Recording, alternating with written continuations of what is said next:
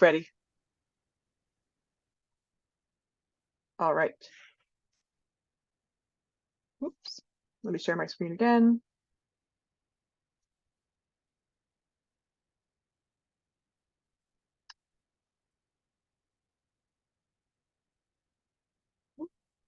So welcome everyone. My name is Emily. I work at New Entry, who is hosting this workshop tonight. And the workshop we are doing tonight is Market Channel Risk Assessment. And in case you are wondering what today is, it is February 19th, 2024, a wonderful day in February. So I work for New Entry Sustainable Farming Project. I am the Technical Assistance Manager, so I get to help farmers do all sorts of things that are not directly farming. So any of the business management, financial management, and all sorts of fun things like that. Just as a tech check, if you can rename yourself and add your pronouns, that would be great. And to the chat, you can add your names, pronoun, farm name, where you're located, so we can get to know each other. We ask that you please mute yourself until the Q&A session, and you can add questions to the chat as we're going along. The sessions are recorded. Video is optional, but we do prefer it on. So I'm going to tell you a little bit about New Entry. Our mission is to improve our local and regional food systems by training the next generation of farmers. We aim to have them grow food that is sustainable, nutritious, and culturally appropriate and accessible to all individuals. We're located in Beverly, Massachusetts, which is on the North Shore, and we serve Essex County and Middlesex County for the most part. We do some work outside of those areas, but we seem to primarily be up in the northeastern corner. We have a few different program areas that we work in. We do farmer training, we have a food hub, and then we also have a national incubator farm initiative called the Field Network, where we bring lots of different farms and incubator farms together. In the farmer training, we do provide a lot of different courses, including Explore Farming, Farm Business Planning, and Crop Production. Our next course that is available is the Crop Production course. We do different workshops on food safety, direct marketing, record keeping, and we also have an incubator farm at our Beverly location. We provide farmers with technical assistance, 1/4 of an acre to an acre of land, equipment, and a food hub which they can sell their products at. The crop production course that is coming up is an 8-week-long online workshop that starts in spring of 2024. It is online and in person on the farm, and you'll learn how to do production on a 3/4 acre demonstration plot and at a larger field scale. Topics will include soil conservation, weed management, post-harvest handling, and all sorts of other fun farming stuff. We are also currently doing a benchmarking study. If you are interested in getting paid to share your financial records, you can drop your email address in the chat and I'll send you some more information later. So we're recruiting small-scale veg, flower, and herb farmers that have 2+ years of growing experience to participate in our benchmarking study. You fill out an intake form and quarterly surveys with your farm's financial data. It all gets anonymized, and then we get this really great, interesting data that we can share with other farmers about what it's like to be financially running a small-scale farm. There's a lot of data out there for big farms like wheat farms and soy farms and dairy farms, but not a lot of information about small-scale farms. So we're doing the study to help improve farms with their business management and record-keeping practices, to compare their performance against producers at similar scales and enterprises, and then to develop strategies to increase their profitability. So this sounds like something that you might be interested in partaking in. Just again, drop your email in chat or send me an email after this and I can get you set up. If you'd like to see the beautiful New Entry campus, you can go to our YouTube page and click on the New Entry virtual tour and see our awesome Olmsted barn, our greenhouses, and just around the property that we work on. This workshop is a part of a series of 6 workshops. This is the 5th one out of 6, and we have one more coming up in March, on March 18th, and it's going to be on point of sale market data collection. There's going to be resources from this workshop that are going to be put onto our website. So if you go to our website and go to the resources tab, scroll down to the Farmer Resource Library, and then go to Climate Recordkeeping, you'll see these slides from today's workshop that will be posted usually within a few days of the workshop happening. You'll see resource sheets from the workshops that have already happened, the recordings from the workshops that have already happened, and all sorts of other fun goodies. Let's see. So we are doing a poll before and after the workshop. We will send out a follow-up evaluation sometime. It says April 2024 here. If we actually get it out that soon, I would be elated. But surveys are part of how we fund these workshops, so please help us by filling them out. They help us know whether or not the workshops are doing what they're supposed to be doing. And I should have a thing to share with you now, but I think that I am not logged in directly to Zoom. So I will have to, I think, leave and then come back and then give you your first poll. And then when you leave the workshop, there will be a survey that pops up at the end. The beginning and ending workshops are very important to us. Again, they show if we are giving something helpful, it helps us figure out what to do for our next workshops.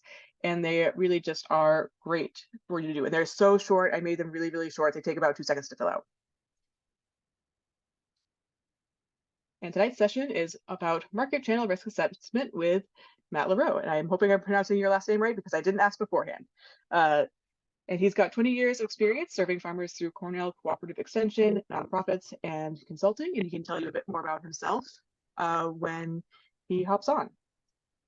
And we'd like to thank our funder, Northeast Risk Management Education, who is funding this workshop tonight. And thank all of you for coming, because without you here, we wouldn't have anyone else to talk to about this stuff. And we love talking about this stuff. So thank you for coming. So I'm going to hand it over to you, Matt. All right. And I'm going to hop off the call really quick, sign into my Zoom, and then hop back on so that I can get the survey going. So I will be back in just a second. And you can share your screen. Yeah, okay. It's working on it, it says. That's a new one. Did it work? Let's see. Let me try stopping and restarting because it was not happy.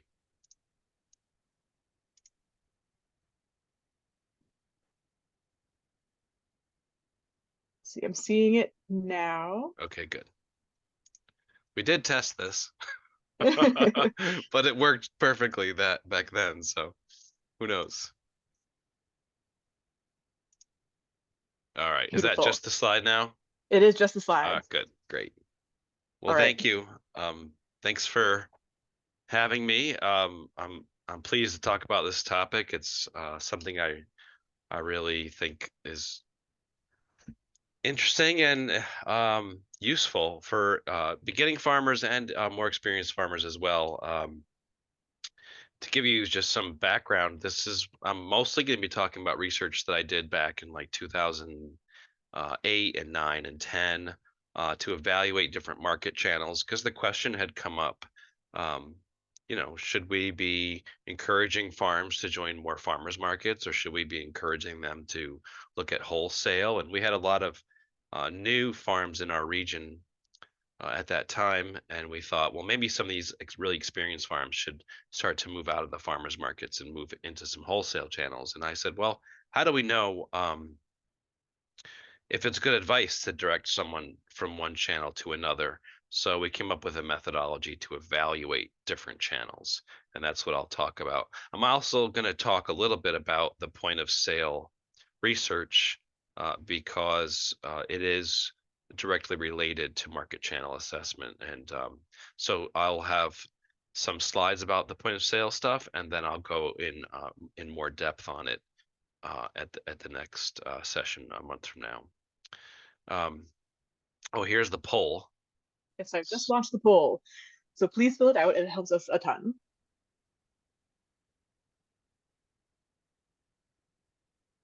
And you can keep going, Matt.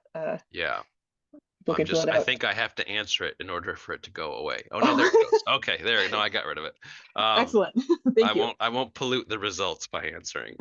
And so Emily read like an introduction for me. I'm an extension associate at Cornell. I'm in the Department of Applied Economics, which is in our ag school. So I guess I'm reluctantly an ag economist. I don't usually quite say it that way, but instead of telling you about what I've done, I thought I would tell you a little bit about what I think about. So, in my role, for these many years, yeah, working in agriculture and direct to consumer marketing focused, what I really think about, is small farm viability, and that's got to do with economics, financial viability, so that farms can still be there year after year. Think about sustainable ag practices, and then again, another form of sustainability would be the economic viability. And I do think a lot about marketing effort efficiency. So that is to say that, looking at channels that pay higher prices, we tend to think about direct to consumer channels or channels that, um, note the differentiation from selling locally raised products. And those tend to be more time intensive than like commodity sales, like a soybean grower, right, is not looking at direct to consumer and they're not spending really time on marketing. They're just selling their product into the commodity market.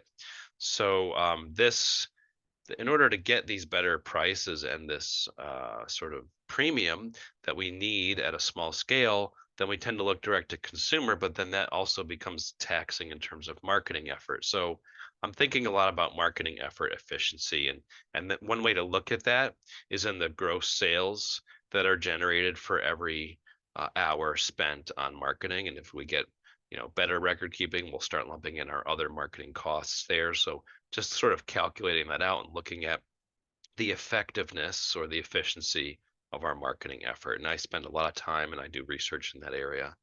And then I tend to think about the folks that I work with.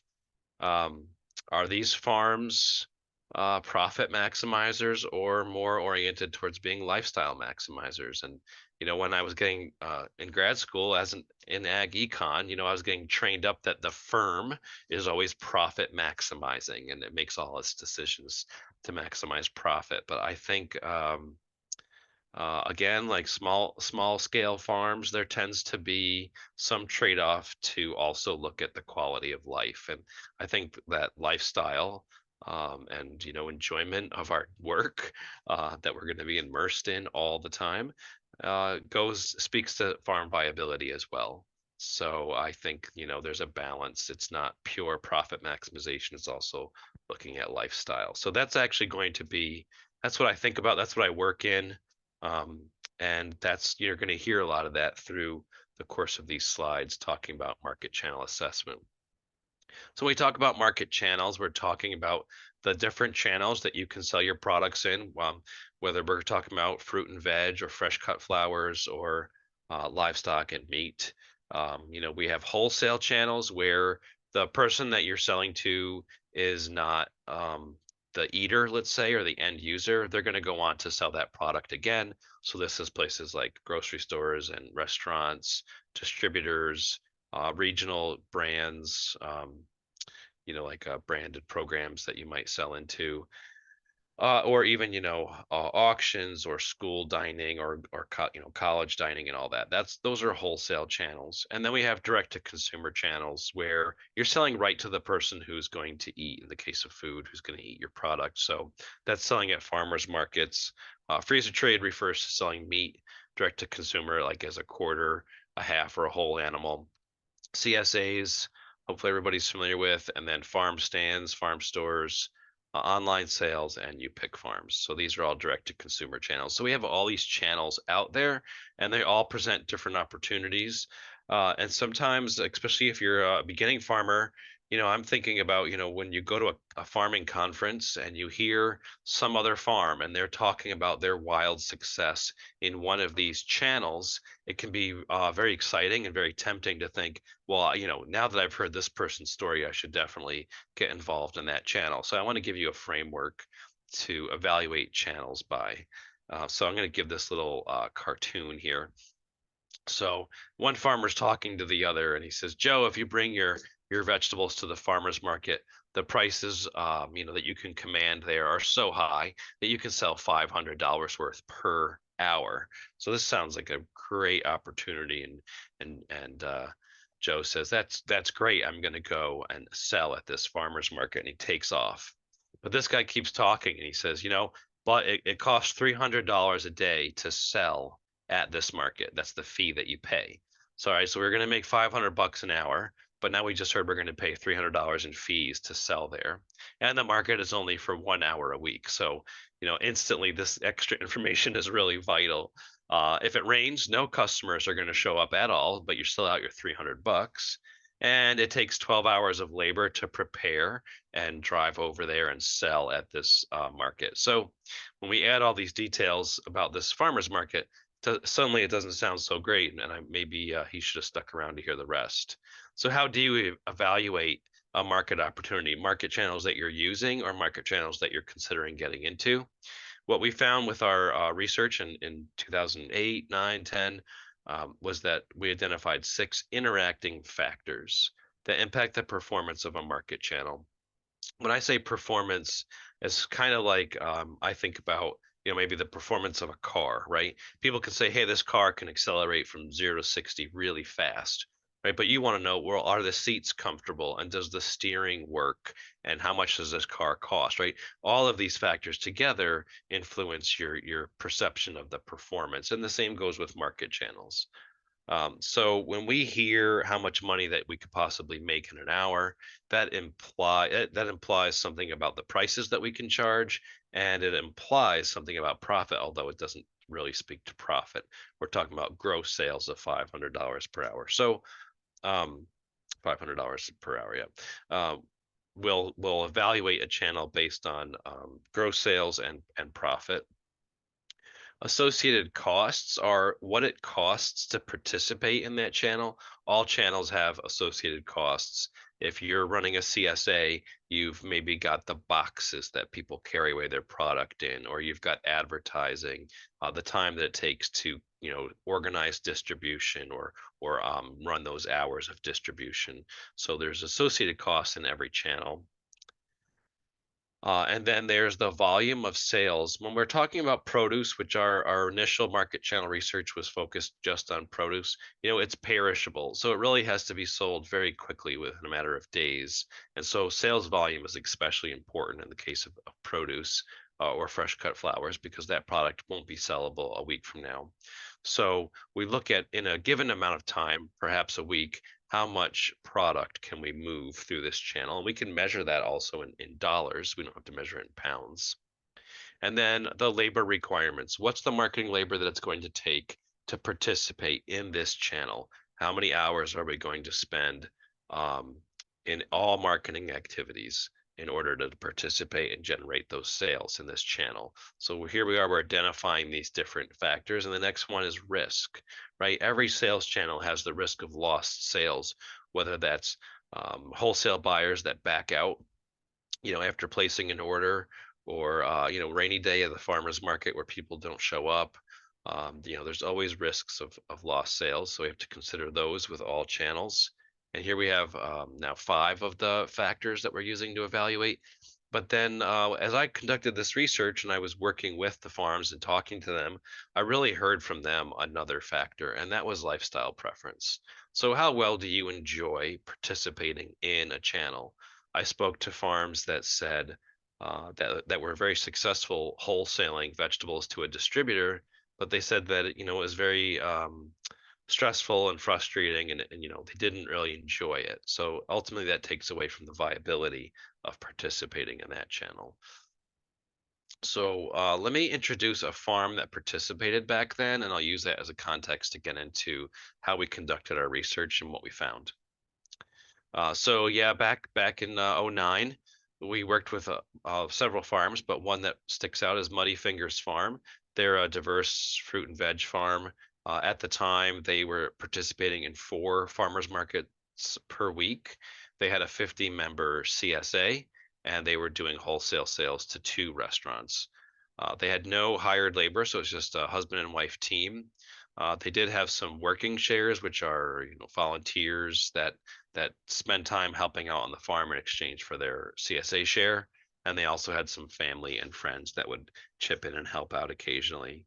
At the time, they had 2.5 acres in active production each season, and they were growing just over 45 different fruit and veg crops. So very very typical sort of snapshot to find, a two-person small scale veg farm that's participating in multiple channels. But what they were facing, in that season in particular was that they felt like too much effort was going into their marketing effort, especially with those 4 farmers markets each week. They weren't able to keep up on the production activities like they wanted to, and they felt stretched a bit thin. So they were looking, at evaluating these channels and making some decisions. The methodology that we use for market channel assessment is to collect logs of all of the marketing labor. So any labor that is post production. If you're planting, weeding, watering, we don't care that about that labor because it's production labor and it's not specific to any one market channel. But if you're doing anything that's specific to a market channel, then that becomes marketing labor. So we just kept labor logs on post-production labor for one typical peak season week. And if you're just beginning farming, or if you're averse to keeping records, my suggestion is start off with what I call snapshot record keeping. Don't try to keep intense detailed records for a long period of time. When you can just do snapshots of a week or a month, or a batch or a garden bed or a couple head of livestock, and trust that the snapshots can serve you well, because at least that's data that you'll create versus creating a really intense long-term system and abandoning it. So that's what we did. We kept logs for just 1 week. We also collected the gross sales in each channel for that week. And because it was easy to keep track of, we also calculated the mileage so we'd have a transportation cost. Um, then we collected from the farm a ranking of how well they enjoyed each channel, which we call lifestyle, and how risky they perceived each channel to be. So we don't say how risky market channels are, but farms would just say, well, I think such and such channel is my least risky one, and then this other one is more risky in terms of lost sales, the chances of having a lost sale. And then we also had the farms rank each of our performance factors for importance. So they might say that lifestyle and profit were their most important factors, and maybe they'd say that risk or sales volume were less important. So they kind of could rank these different factors that we're measuring. Why do we use labor logs? Well, I tried a few different methods at first that didn't work because the farmers participating didn't want to keep these detailed records. So we ended up with labor logs. For one thing, labor is a consistent. Um, well, it's the largest marketing expense, but it's a consistent unit across all farms. So hours are always hours, versus trying to keep track of harvest yields. Some people measure strawberries in quarts and some sell them by the pound. And so, you have all these different units coming from different farms. So at least hours are always hours across all farms. And yeah, because we were asking people to keep logs all week long, for 1 week. In the case of farms that had hired labor, they could just tell their employees, like, this is part of your responsibility this week, which was nice. They had some authority to, ask people to participate, and each employee would then fill out their own labor log. So this is what a labor log looks like. This is the exact form that we used. The employees would, or the farmers would just write their name and the date, and then they would tell us what activity they were doing. We have here creating the pick list, the harvest list, going out and actually harvesting, sorting, washing, packing, into bunches, bags, weighing stuff out, loading the trucks for deliveries, traveling to deliveries or to farmers markets, sitting down to work on bookkeeping for the channel, creating invoices for customers, making sales calls, time spent selling, like again at the farmers market or at CSA distribution, right? So these are all post-harvest activities. Then they would just say when they were performing that labor, what channel they were working for at the time. So either that was for the CSA or the farmers market, in this case, restaurant sales and so on. And what we could do then is we could total up all the labor from the week and put it into what were 4 basic steps of marketing, which is harvest, washing and packing, travel, and sales time. This is from a vegetable example, but the same kind of thinking applies to meat and livestock. So yeah, we would just total up all of the hours from all the employees and assign those hours with their cost to the channel that they were working on. So in this example, you can see that Joe spent 45 minutes um, uh, washing kale and Swiss chard. And then when we had that, we had the labor all figured out, and we had the amount of sales that they had generated that week. We had their survey answers for their perceptions on risk and lifestyle preference. Now we had a data set for 5 of the 6 factors. The 6th factor was the associated costs with that channel, and that was not practical to collect. So that was, like I said, the cost of boxes or bags, farmers market fees, or advertising costs, and we really couldn't get a hold of that data from farms, so we weren't able to include associated costs. But we do have profit, labor required, sales volume, risk, and lifestyle as 5 measurable factors. So now we can rank the channels based on the data that we got and look for the top performing channels. So here is for Muddy Fingers Farm that I talked about. Here was their total gross sales volume for each channel for 1 week.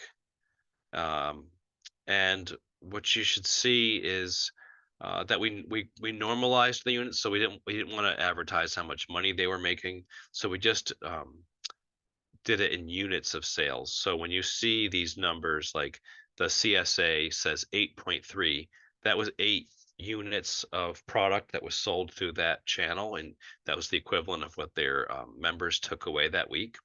And you can see that compared to, on your far left, the Watkins Farmers Market, that the CSA consumed 8 times the amount of product that the farmers market did. So as we look across this table, we're simply going to create a rank, and we're going to say the channel that takes the greatest volume of product is the best channel. So we'll assign that a 1, and that goes to the CSA. And then we'll do ranking down the line. So the tied for last place are this Watkins Farmers Market and sales to restaurants, because they consumed a very small volume of product. But we can't stop with just one piece like this and say that we've got the channel evaluated, because we're really looking at just one aspect of. Okay, well, I just noticed in the comments that someone said the slides are not advancing. Just want to do a check-in, Emily, if the slides are advancing for you. What slide are you on currently? It says sales volume by channel. I'm seeing the sales volume by channel as well. Okay. Is anybody else in the chat not seeing the slides advancing? Okay, they are for someone else as well. Well, hopefully that's corrected itself. Maybe there's a little lagging with with networks for individuals. I'll Yeah, keep going, but if you notice something, let me know, please.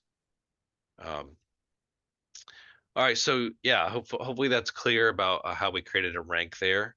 And yeah, what I was starting to say is that you can't just pick a single trait and say, well, we're going to make all our decisions on that. And I think that that applies to choosing varieties of vegetables or even livestock breeds, right? We're not going to always single out one single trait and ignore the rest. You want disease resistance and ease of calving for a calf, for a cattle, or for other things. We never really want to just go and select just one thing. So the same goes with market channel assessment. We want to look at the variety of different factors and come out with some balance.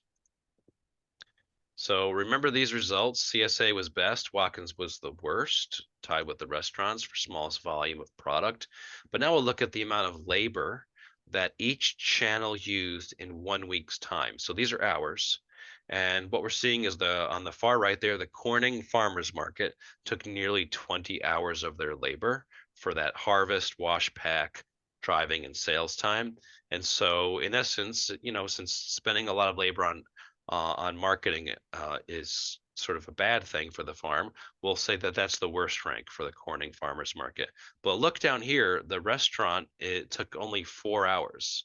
So when we jump back and we say, look, the restaurant consumed a very small amount of product, just 1 unit of product in a week. That seems bad at first glance, but when you put that in perspective, that the restaurant only took 4 hours of labor, see, it's actually a good performing channel if we just look at these two factors. Now we talked about the CSA, who was taking a lot of product, 8 units, and look, it only took 14 hours of labor in order to generate those sales. Right. I mean, they were just what the consumers picked up that week. So as we get into our second factor, now we're getting some more perspective on the volume of product that we could move through those. And again, we can create a ranking here, and we can say, rank the restaurant as number one because it takes the least amount of labor, Watkins Glen Farmers Market, and then on down the line. And in fact, if we just had labor and sales, we'd have a pretty effective evaluation of channel performance. So what I've done here is just made pie charts showing the percent of the total and talking about the distribution of labor hours for a week and the distribution of sales for a week. And if you just look at these two pie charts, you can start to make some comparisons. Like, let's talk about that CSA because we know the CSA was doing well. What the pie chart on the left tells you is that it took 18% of weekly marketing labor to go into the CSA. But if we look at the pie chart on the right, it generated the equivalent of 45% of that week's income. So we could say, hey, this is a really efficient channel, right? It's taking 18% of our marketing labor, but it's giving us 45% of our sales for a week. So it's more than pulling its own weight. It's a strong performing channel. If we look at the Watkins Farmers Market, we can see that it's taking 13% of our weekly marketing labor to contribute 5% of our weekly income. So now we say, okay, well, this channel is not really paying its own way, right? It's a poor performer. And remember the restaurant, it took a small volume of product, but look, it took 5% of our marketing labor to generate 6% of our weekly sales. So that's actually a good performing channel. It's paying for those hours, if you will, and then some. It's performing a little bit better. So just a simple comparison like this starts to give us an indication of channel performance. But we'll keep going, and this is really a similar calculation. We calculated a simple concept of profit, which is just to take the amount of gross sales generated in a week and subtract the total value of labor that went into that channel that week to come up with a simplified, concept of profit. And when we do that, we find that CSA is now the top performing channel. Profit as a percent of gross sales, it's the highest on the far right there. So we're going to give that a rank of number one. And the restaurant, as we started to realize, was also a really good performer. We'll rank that 2. And then Corning Farmers Market and on down the line. I want you to notice that Watkins Glen Farmers Market comes in last place again. We kind of saw that as we walked through these last couple of charts, so we knew this was coming. So with profit now, we've evaluated 3 of the factors for market channel performance for this farm. The other 2 that we're going to measure are risk and preference. And again, that's just stuff that the farm will rank for us. So when it comes to risks, farms cited the following things as risks: price risk, which is, in the form of competition or prices changing. Sometimes wholesale buyers will negotiate with you on price, work you down on your price. Customer turnout can be a risk if there's bad weather at a farmer's market or a U-pick operation or a farm stand. That might be a risk of lost sales. Buyers can back out, especially with wholesale. If you have U-pick or farm stands, there's a risk of having people on the farm. And with produce, there's always the risk of perishability. In terms of lifestyle preferences, Some farmers really enjoy customer interaction, and so they would rank channels with lots of customer interaction high. And they'd say, I love talking to my customers at the farmers market, so I'm going to give that a good score. While other farmers would say, I don't really like to deal with people. I'd rather be in the field or on the tractor, left alone.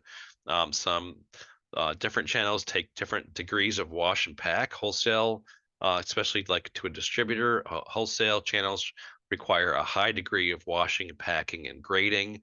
Whereas farmers markets and CSA and maybe farm stand sales, there's a little bit lower threshold to sort every exact product to be perfect and similar sized. And some people like to make beautiful displays like the one in this picture, while other people, don't aren't into making the display. They just want to fill boxes and get them in the cooler. So these are some of the things that we could speak about, lifestyle enjoyment for channels. And when it comes to Muddy Fingers Farm, here's how they ranked the channels. They said that they felt CSA was the least risky channel, so they get ranked that with a number one. And then they said they felt that farmers markets and restaurant sales were slightly more risky than CSA and about equally risky to each other. So they ranked them each a two. And when it comes to lifestyle enjoyment, they said, actually, we enjoy participating in all these channels equally. So they ranked them all a one. We also asked them to rank the five factors or to weight them. So how heavy would they weigh one of these factors in their decision making? And so the way they ranked them was that they said profit and lifestyle were the most important factors, and then the amount of labor required was there at a 0.2. And so they just had to come up with a ranking system for the five factors that comes out to one, and then we can do a weighted score for each channel. So let me take you to the last slide for that market channel assessment research. This is what you get. As I walked through all those slides, we talked about ranking the best channel at a one and the worst channel at a five, or slightly worse than a five in some cases. And these ranks are scaled based on the numbers that contributed them to the sales dollars or the number of hours. And so now we just have a final score for each channel. We do an unweighted score, which is just weighing all factors equally, but then we also did a weighted score where we use those weights that the farm came up with so that um, the uh, the profit and the lifestyle factors were weighted more heavily, and the risk was weighted lighter. In any case, you can see the final scores. The lower the number, the better the channel performs. So in the case of this farm, CSA was their top performing channel, and then a close second was the sales to restaurants, right? Because it didn't take a lot of labor, and even though it moved a small amount of product, it was proportionate. So CSA and restaurant sales were their best channels. And then we have their four farmers markets. IFM refers to Ithaca Farmers Market, which they did on Tuesday and Saturday. And then they had the Corning Farmers Market and the Watkins Farmers Market. And all of these farmers markets, they're about, equally tied for last place, with the Watkins Farmers Market being just slightly worse than the other ones. So, now we have a market channel assessment where when it comes to deciding, what to do, feeling like they had been doing too much, they'd been considering a change. What should it be? We looked at that ranking, and I made a suggestion based on that data. I said, hey, you could drop this Watkins Glen Farmers Market. That's not a good performer for you. And because the CSA is so great, if you just added a dozen CSA shares, we could sell a dozen more shares, your weekly income would remain the same.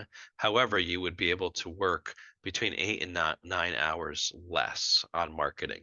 So when I presented that option to them, they were actually pretty excited. They said, wow, saving 8 or 9 hours a week on marketing labor, by dropping this farmer's market would be really great. That includes the added labor of adding 12 shares to the CSA, but still, generating the same amount of money with, let's say, 8 hours less marketing labor. That sounds like a pretty appealing opportunity. But what they did was actually a lot smarter than what I recommended. What they actually did was dropped the Saturday Ithaca Farmers Market. Now that was among the farmers markets. That wasn't such a bad farmers market, but it's a very large market with a lot of other vegetable farms. So a lot of competition. It happens on a Saturday, and it's a little bit further away from their farm. So they actually elected to drop the Saturday market and add 15 shares to their CSA. And then when it comes to the Watkins Glen Farmers Market, they said, yeah, it's a poor performing channel, but it's the only farmers market in our home county where we're selling vegetables.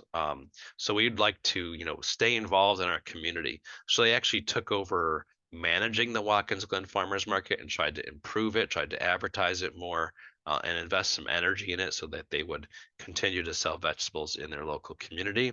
And they dropped out of the very competitive Ithaca Farmers Market on Saturday, which I think was a really great decision in the long run. And then they added 15 shares to their CSA. So I just want to quickly review with you um, some of the data that we got out of that research. This was, it's getting a little old now. It was back in 2009 and 2010. But this is what we were seeing back at that time. We ended up doing market channel assessments with 30 farms over the course of those 2 years. And among the 30 farms, they were all collectively participating in 58 different farmers markets. That's with some repetition within the groups. But on average, farms were grossing about $32 for every hour that they spent in a farmer's market. And they were spending about 22 hours a week at farmers markets, which when you think about all the production work that needs to be done on a diversified vegetable farm, that is a lot of time going into marketing. When it came to CSA sales, um, farms were grossing about $57 per hour for every hour that they spent on marketing. And so that's a much stronger performing channel. And I'll say that actually for every farm that had a CSA, and there were 16, for every farm that had a CSA, that was their top performing channel, no matter what else they did. So CSAs were very strong, very efficient for farms, a really great way to sell their products. When it comes to wholesale, we lumped restaurant sales and sales to distributors and grocery stores all into one single wholesale for this ranking. And there were 13 farms that were doing wholesaling. And that was also proved to be a strong performing channel, generating about $51 for every hour invested. The reason wholesale, people tend to look negatively at wholesale because they say, "Oh, there's a middleman involved, right?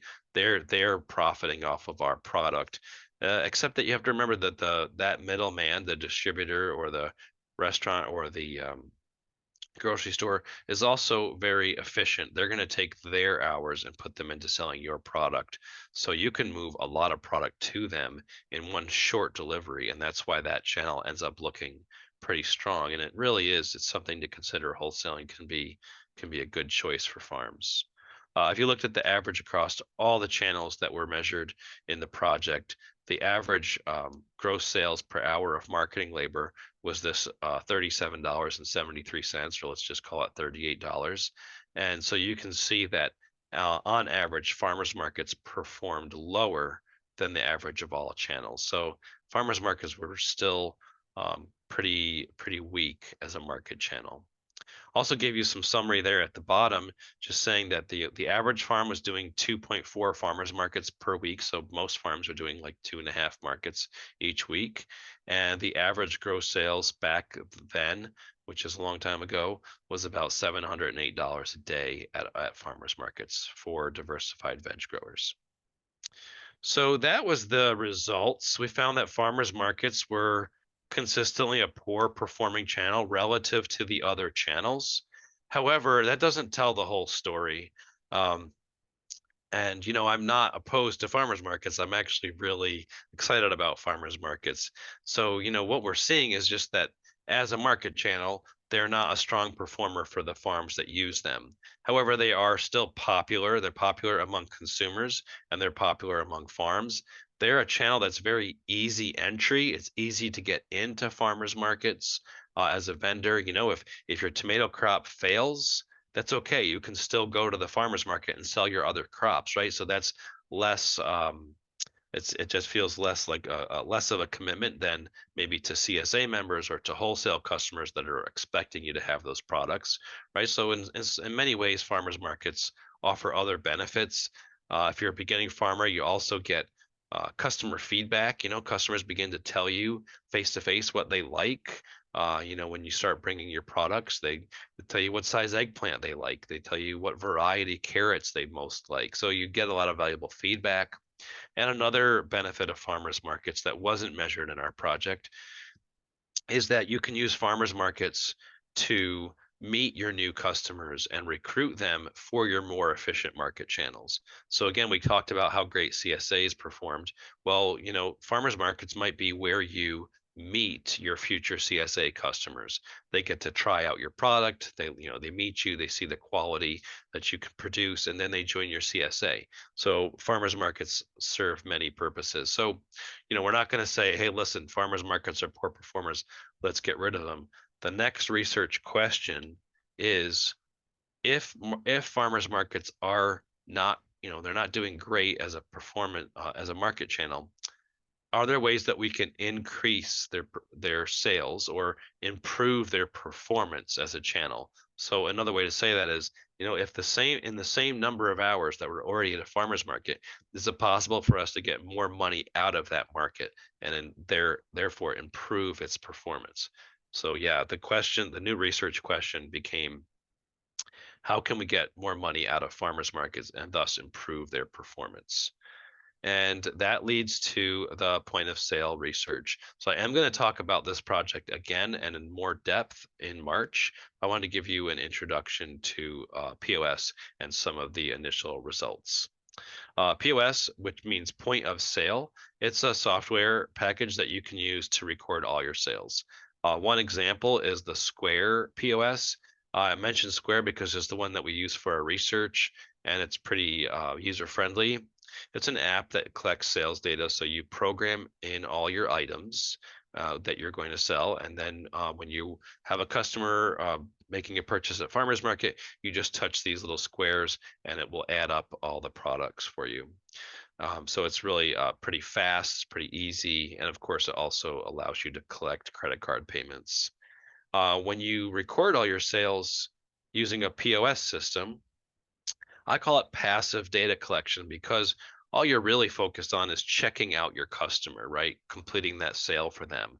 But you're also creating a rich data set because the point of sale system is saving all your transactions into a database that you can later export. So you can get these reports out of your system. Um, Square is like I said, is the one that we use for our research. So when you ring up a customer in any POS system, but I'm going to talk about Square a little bit, it records the price that you're charged either by the pound or for each item, the number of items that they bought, of course, the name of each item and the unit. So again, whether it's by the pound or by the each, it totals up the customer transaction. So it does that math for you. And then it also gives every transaction a time and date stamp. And if you program the locations into your Square, then it will also record the location. And then it also records the payment method. So if it was cash, credit, excuse me, or other. And then you can export that. As I said, you can export it into Excel, and you can actually now have this rich data set for yourself, and you can use it any way you like. You could use it as a proxy or a substitute for your harvest records, or to look at your yields. If you based your harvest records on the assumption that 90% of it was sold or something like that, then you would have a sales record of how many pounds of beets you rang out through your POS system that season. So you can use it for other kinds of record keeping. You can program the name of every staff person in, and as long as they log in, then you can compare their performance in sales, and you can compare locations against each other when you set up locations. And all of this exports out of the POS system into Microsoft Excel.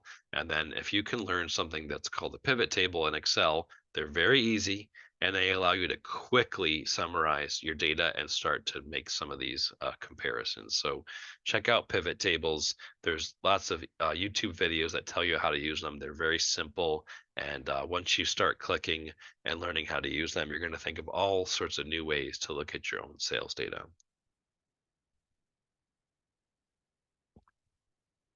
And ultimately, this is all about how can we improve the performance of this channel, the farmers market. We want to find ways to study the transactions that we have and see if there are opportunities to increase our customer counts and our daily sales. So really think about the average daily gross sales, which I call ADGS here, at the farmers market. There's two ways that we can increase this, right?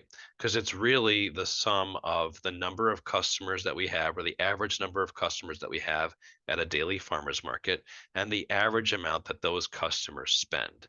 So if we could get more customers in a week who continued to spend the average, we'd still have a better day. We'd have higher average daily gross sales. Or we could keep the same number of customers and get those people to spend some more money with us, and we'd have a better average daily gross sales. Or ideally, we could bring up both sides of that multiplication sign, right? We start getting more customers who also spend more money.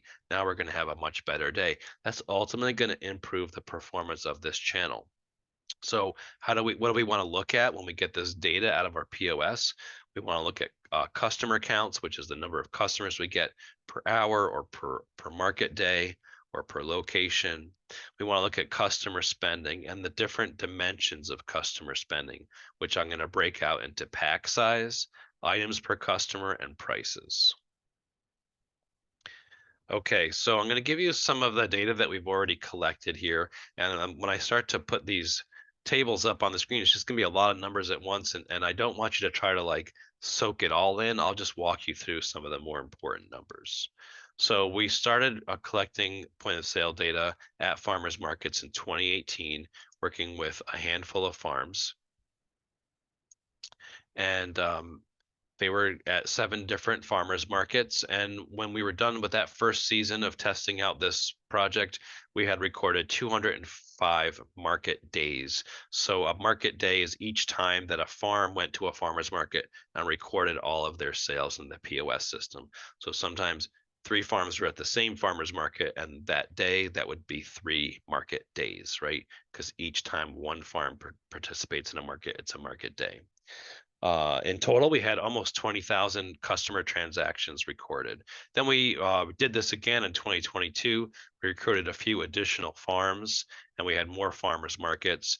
And we went all year long that time. So we had 506 market days observed and about 18,000 customer transactions. What did we observe? Oh, my slide's not advancing. There it goes. We saw about, well, you can see the total sales among the whole group. That's not an important number to remember.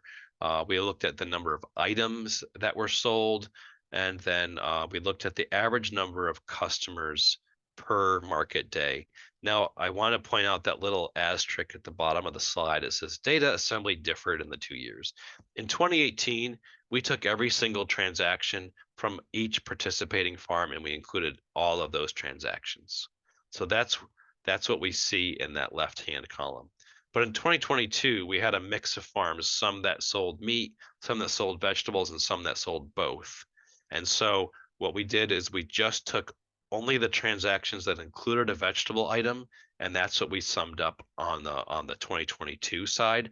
So I wouldn't directly compare the data from 2018 to 2022 because it was assembled differently. So I wouldn't conclude like, oh, they used to get 97 customers a day and that dropped to 24. That's not a safe conclusion. This is just some of the early results, and I'm going to find a way to make it more uniform. Okay, but what I want you to see, and this is sort of some of the stuff to think about, is that the average CTS means customer transaction size, in 2018 was about $6.50. And in 2022, when the customer transaction included a vegetable item, the average customer transaction size was about $8.81. That's keeping with my expectations because 2018, we actually saw lower prices, right? And by 2022, a lot of farms had raised their prices on vegetables. So now customer transaction size is a little bit bigger in 2022.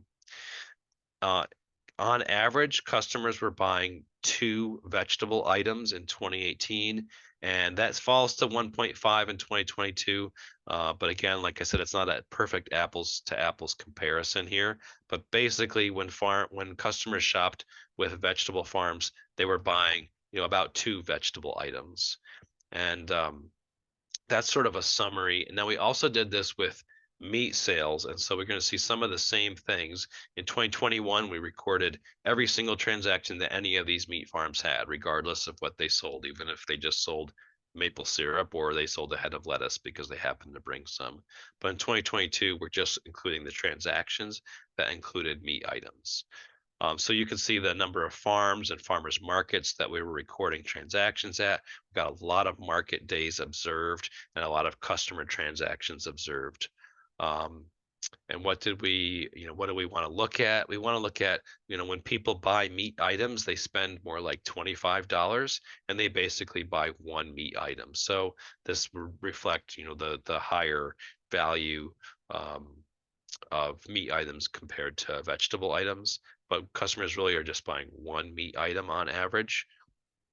And yeah, so the average item value is up there in the 20s for meat.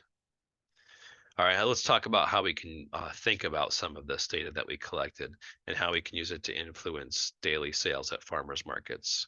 One thing that we found, we did what's called a regression model, which is a statistical model to look at all the factors that influence customer transaction size. Is we found that customer spending, customer transaction size drops each hour of the farmers market.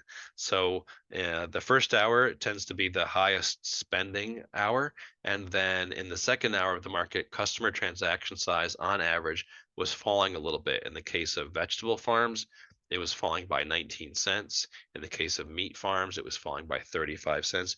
And then that's a compounding fall. So by the third hour, it's up to 40 cents for the veg. And by the fourth hour, it's up to 60 cents. So as the day went on, customers were spending less on average. What's the implications for the farm? You really need to be at the market on time and ready to sell, possibly even before the official start time, because we know that statistically from these thousands and thousands of transactions that customers who shop at the beginning of the market spend more money. And so you want to be sure that you're ready to capture all of those sales and be there. When it comes to later on in the market, when we know customer transaction size is beginning to fall, what can we do to try to, you know, get more spending out of those people?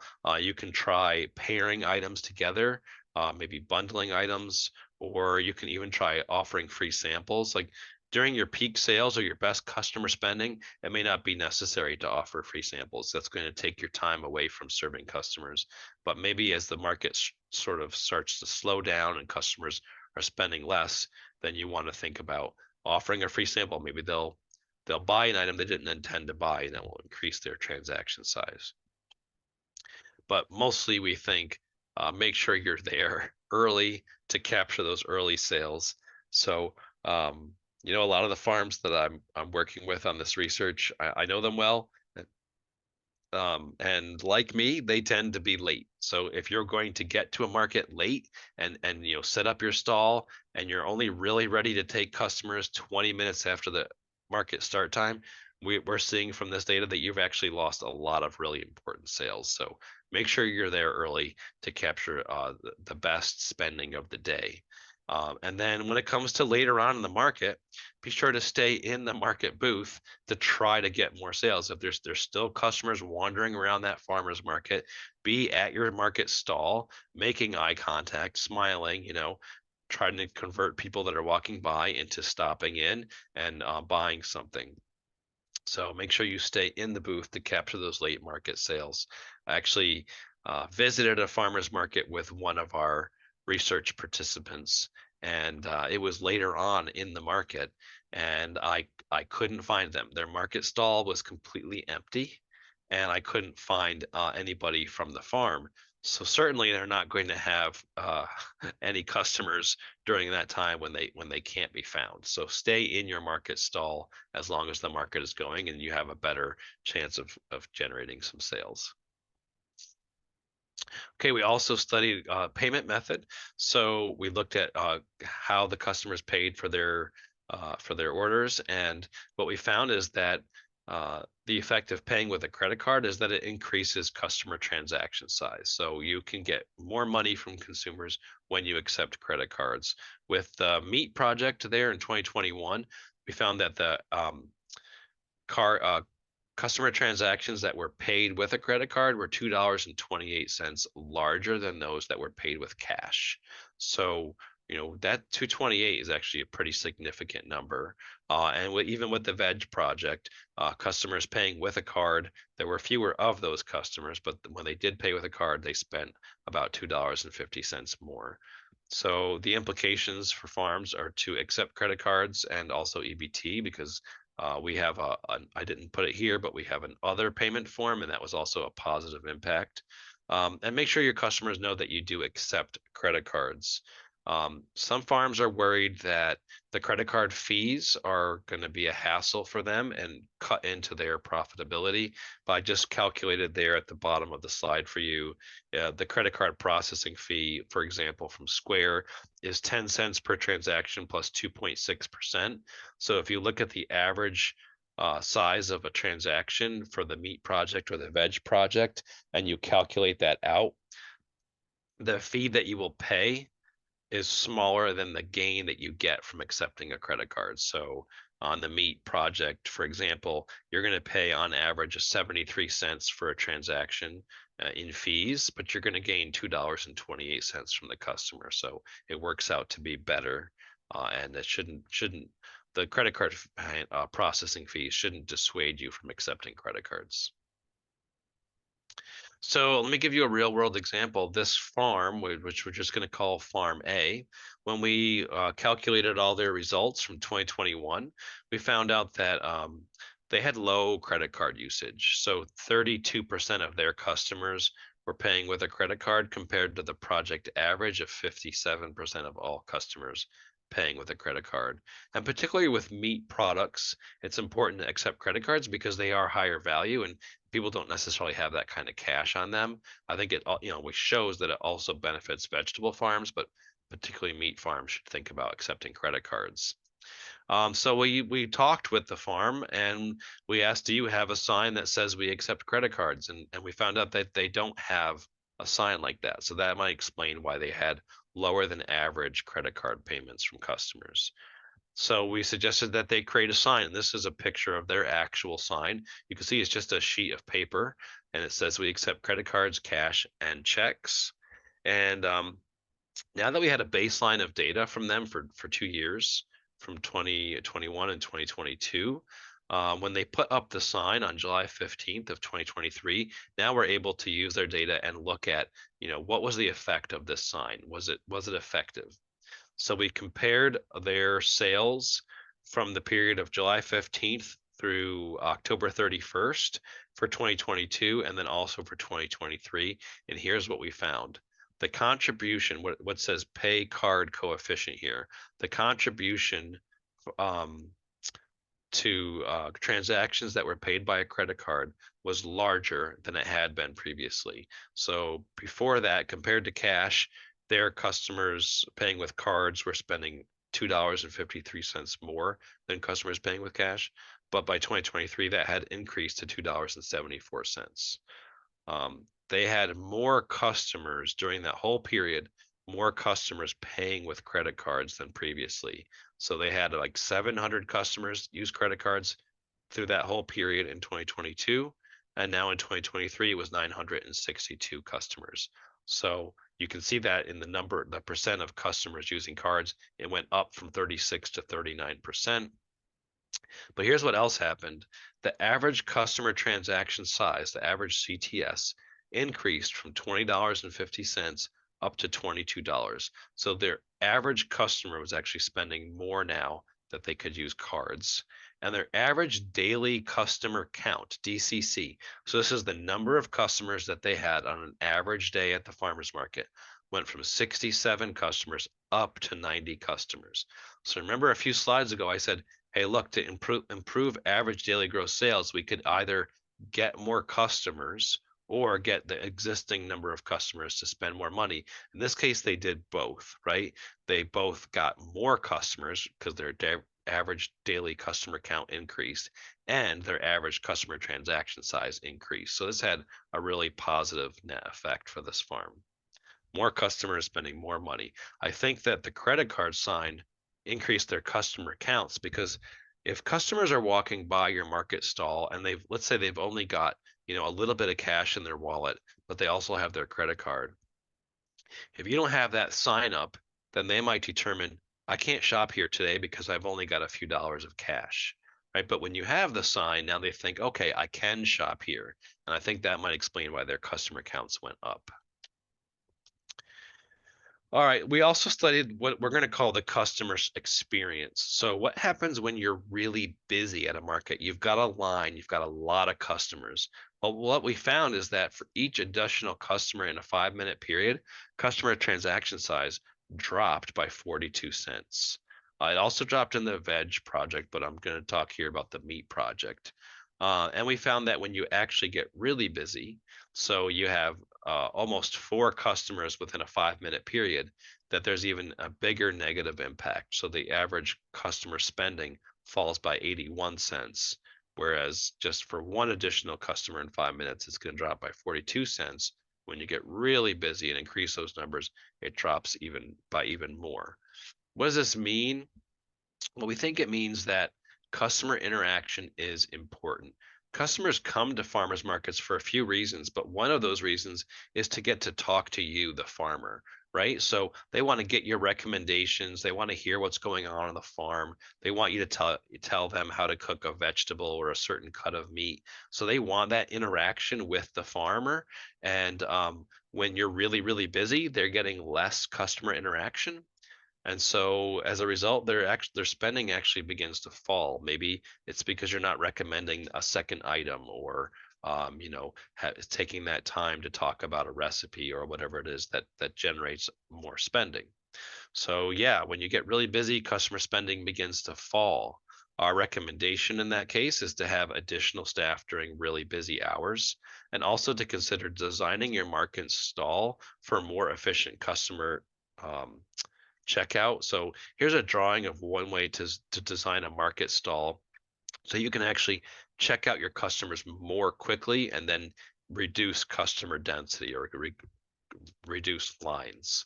And it's just different than, sometimes people put their cash box or their scale or their POS device right in the center, and then they have the tables out in front of them. That means that customers can come at that vendor from every direction and to really tie them up. But when you do a layout like this, you're going to funnel customers along through all your products, and then there's an end point. So customers are only coming at you from one direction, and you can take care of them more quickly. I wrote an article about this, and you can find it in the publication that's called Growing for Market. It was in the issue back in November and December of 2022. And I just want to show you a picture of a farm that has a really beautiful layout and a very efficient checkout station. So again, the customers walk past all these beautiful vegetables. They turn the corner up there by the lady in the green coat. They walk by more vegetables, and then they come to the end point where he weighs them. You can see his iPads there on a little stand and his cash box. He's got his scale, and he's got a place for his customers to put the products down. So this is just a really smart design for quick checkout and reduce this busyness and this line that's going to impact customer spending. All right, so here's another real world example. We noticed with this farm, which I'm calling Farm A, that busyness hurt customer spending for them much worse than the project average. So in 2021, their average customer transaction size dropped by $2.19 for each additional customer within 5 minutes. So this is much worse than the project average of a drop of 42 cents, right? When they got busy, their customers really spent a lot less. So we looked that over and we suggested that they add a second staff person, and they did. They added a second staff person at just at one farmers market that they do, their busiest farmers market, and they started doing that on July 15th of 2023. So then we monitored the data after the intervention, just like with the credit card sign. In fact, it's the same farm. Um, so we can compare 2022 to 2023. The density coefficient would be the impact on sales when things start to get busy. And while it had been negative $2.19 for 2021, it actually had turned slightly positive in 2022. So that's a good thing. It was 13 cents. So as they got busier, customers tended to spend about 13 cents extra. I can't really explain why, but at least we can say that by 2023 with the second staff person, that went really positive up to 70 cents more. The average customer count in 5 minutes increased. So by adding that second staff person, they were actually able to handle more customers in a 5 minute period without it harming customer spending. And in fact, the average customer transaction size increased during this period, we think because of the second staff person. And so did the average daily customer count. So the number of customers they would get at their average market increased from 78 or 79 customers per day up to 104 customers. Once again, I think that's because the second staff person reduced busyness and all the customers got that much more attention. So they were able to get more, handle more customers, and as well, those customers were spending more money. And so as a result, their average daily sales at this market, their busiest market, increased from $1,679 on average up to $2,439. And their average, their total customer count for the whole period jumped by over 300 customers. So yeah, adding that second staff person really improved this channel. So bring it all the way back to our market channel assessment discussion. Think about, if a farmer's market is somewhat inefficient, what can we measure and what can we change to start to crank up the performance of that channel? And here are examples that we're sharing, where they are getting more out of this market than they used to in the same number of fixed hours for the market. All right, customer transaction size. We just talked about some examples. Here are some reminders about what we were observing in those early years with the project. If our goal is to increase customer spending, we can also look at product pack size or item values, items per customer, and price. So I'm just going to quickly run through those things, then we can do questions and answers. With product pack size, what we're really thinking about is the items that you present to customers to buy, and eliminating the chance for them to shop with you, but only spend a very small amount of money. So your goal is to increase the least that a customer could possibly spend with you. So you look at your products and your product sizes and your values and think about how to increase them. You package crops or meat to maintain the unit price but increase customer purchases. So let me give you an example. If you were selling individual heads of garlic for $1.50 each, that means it's possible for a customer to come and shop with you, right? To create busyness and to take your time, but only spend $1.50. So if you put those garlic heads together and say that they're 2 for $3, now the customer will spend $3. You didn't increase the price per head of garlic, but you did increase the customer spending by tying them together. Or you could put 3 heads of garlic in a container and say that that cost $4.50. So once again, the price per unit remains the same. This is not a price change, but you've changed your package size so that customers will spend more with you when they stop and shop. Um, you eliminate low-priced sizes and low-priced items, and as a result, you'll increase customer spending. We also found in the 2018 vegetable study that when a customer's order included an item that was sold by weight, that order was about $1.14 larger, which if you remember, the average customer spend in 2018 was about $6. So a gain of $1.14 is actually very significant. So some products make sense to sell by the weight, such as potatoes and maybe some fruit Instead of putting potatoes into a quart container with one price, if you let the customer shop and buy potatoes by the pound, they will tend to spend more with you. So that's a nice little trick that we learned. I just want to step back. I remember during the market channel assessment project, one of the farms said, customers are buying these little tiny bags of arugula, 1/4 pound of arugula bag. And it just takes me so much time to, go out and harvest a small amount of arugula and wash it and weigh it out in these little bags. And it's only 1/4 pound. And, they said, what can we do about that? And I said, you're allowing customers to buy that from you, right? You've created a product that's only a 1/4 pound of arugula. Don't do that anymore. Put it in bigger bags. Maybe arugula needs to be sold in 1 pound bags, right? Like don't let your customers buy very small, low value items from you. You're in control of that. Okay, this is the actually I'm going to hop over this one for the sake of time. And just come here. So when we look at all the vegetable crops that were sold in 2018, this is a summary, a very simple summary saying that in the frequency column, that's just the number of times that a product with that name was sold. So in the case of beets, it says, 1,504 transactions included beets. It doesn't say if it was beets by the pound or beets in a bunch, and that doesn't matter in essence, but we know that customers bought beets 1,500 times in our study. And then the gross sales is that, it generated $5,984 worth of sales. So if we just take those two and divide, we come up with this average price per unit, which is $3.98, which is to say that on average in 2018, when customers bought beets at a farmer's market, they were spending about $4. So can we use that number, that $4, to give us a sense of how big a pack size we should create for beets? Should we be creating $4 bunches? Because we now know from our data that on average, when people bought beets, they were spending $4. So it wouldn't be a problem to price beets in $4 bunches. And this is old data now. This is 2018. Or look at that garlic example. I was suggesting putting two heads together and selling them for $3.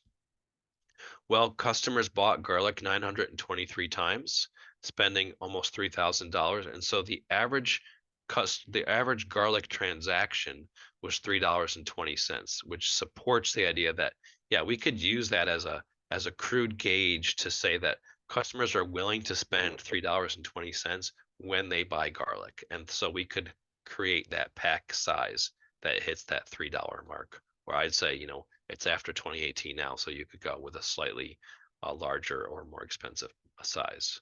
I hope that makes sense to you. You can just kind of look at these and just get a sense. And once you start creating your own data, you can do some of this math. This includes garlic at various prices from various farms sold a bunch of different ways. But when you look at the average, it came out to 320, and that supports the idea of creating packages in that value range. Okay, we can also look at customer spending in the sense of how many items does a customer buy when they shop with us. So in 2018, with the vegetable project, customers were basically buying 2 vegetable items in each transaction when they shop with the farm. And in the meat project, they were basically just buying 1 item. So if we're looking at ways to increase customer spending, our goal really is to focus on those customers that just buy 1 item. Remember, because these other up here, these are averages. The 1.9 and the 1.05 are averages, which means some customers were buying less and some were buying more. So we want to focus on our 1 item customers and try to get them to buy a second item. That'll automatically start to bring our average up, and it will increase customer spending. How could we get customers to buy a second item? We can make sure that we have a product mix that includes popular and top selling items, so those are available. We could experiment with different ways of arranging the market stand, and I don't know that the best way, but what I mean here is, do we put popular items out front so that they're eye-catching to people walking by?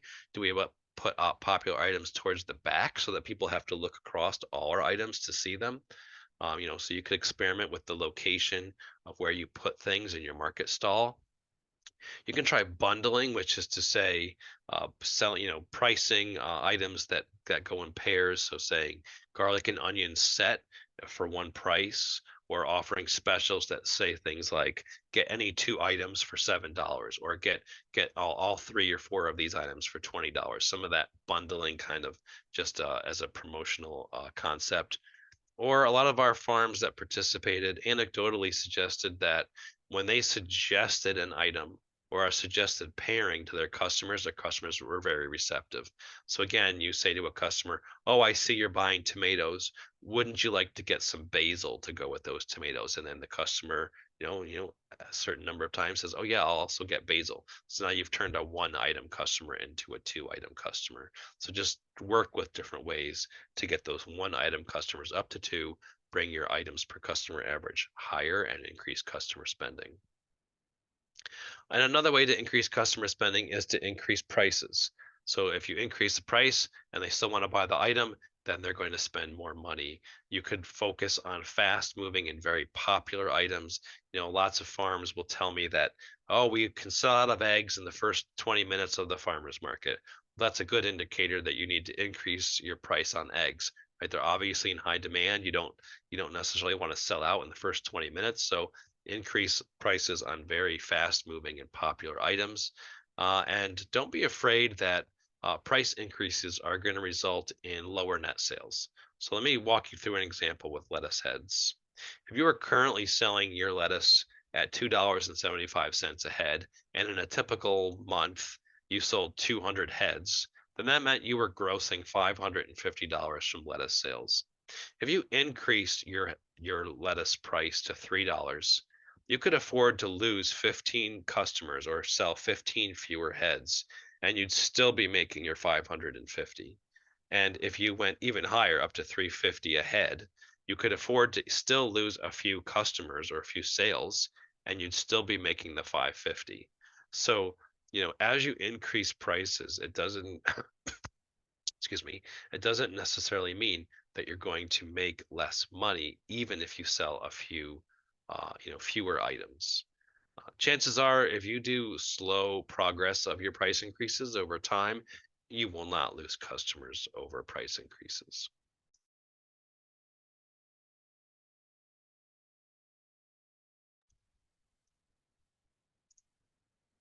Oh, and in the project, when I just showed you that huge chart, the average head lettuce purchase was valued at $3.72. So certainly raising prices up to 350 isn't going to drive away customers. Okay, it's simple math. Higher prices increase customer spending. However, they do not necessarily increase average daily gross sales because there's that chance that you might sell fewer units. And so if you do the math, you might not end up making the exact same amount each day. However, as a comment on price changes, the 2018 vegetable farm that had the highest priced items was seeing the top customer spending. So their customer transaction size was the highest out of the 8 farms that participated. They had the top value per item, and we calculate the average item value. And of course, because they had higher prices, they had the highest item values. They were the top grossing farm, so their average daily sales were higher than any other farm. And it didn't hurt the number of items that their customers bought. So they were also seeing an average of 2 items per customer, just like everybody else. So while high prices don't guarantee better daily gross sales, you can look at this anecdote of the farm that did have the highest prices in our experiment that year was also the top performing farm in terms of daily sales, customer spending, and item values. Something I wanted to share quickly that we didn't expect to find with this research was this idea of customer spending and how some customers spend very little. We kind of talked about that with the pack size and how you can value your packages or your items so that customers spend a little bit more. But I just wanted to show you the distribution of customer spending from one average day for one farm. So I've lumped the customers into spending groups, and for a total sales that day of $1,226, you can look at the number of customers that spent $5 or less. There was 120 customers. We think about that busyness. You're really busy, so customers are getting less customer interaction from you. That day, they had 210 customers, of which 120 customers spent $5 or less. So created a lot of busyness. As a group, that whole group of 120 customers contributed $347 to the daily sales total. So as a group, they took up a lot of the farm's time, but they really contributed a very small proportion to the daily sales. We look at the customers that spent from $5 up to 10, or I have 9.99 here. That was just 60 customers, so a lot fewer people, right? But their contribution to daily sales was greater. It was $406. Look at the customers who were spending from $10 to $20.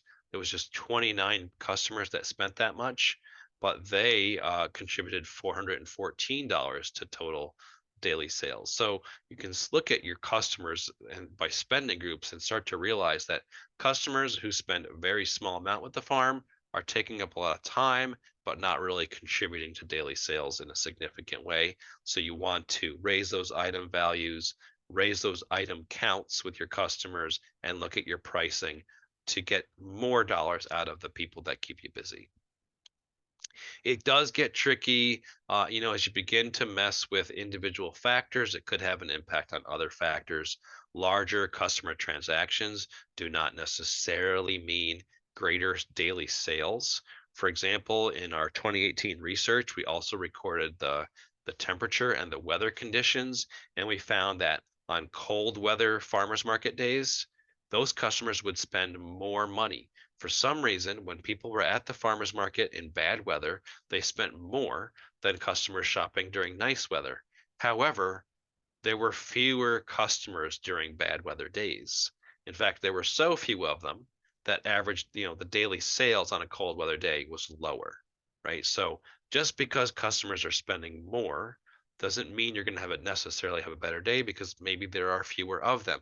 These things are kind of, all sliding around, and it's going to take some study and some fine tuning for you to get the most out of your markets. In summary, it's important to identify your income goals and your lifestyle preferences when choosing market channels and then working on those channels. You should keep records so that you understand what's going on and you can make informed decisions, even if you only keep those records for small snapshot periods of time. It's important to value all labor, including your own labor, to present an accurate picture of your marketing costs. It doesn't mean that you have to write a check to yourself and pay for those hours literally, but you should be valuing your labor as a cost when you're evaluating a channel.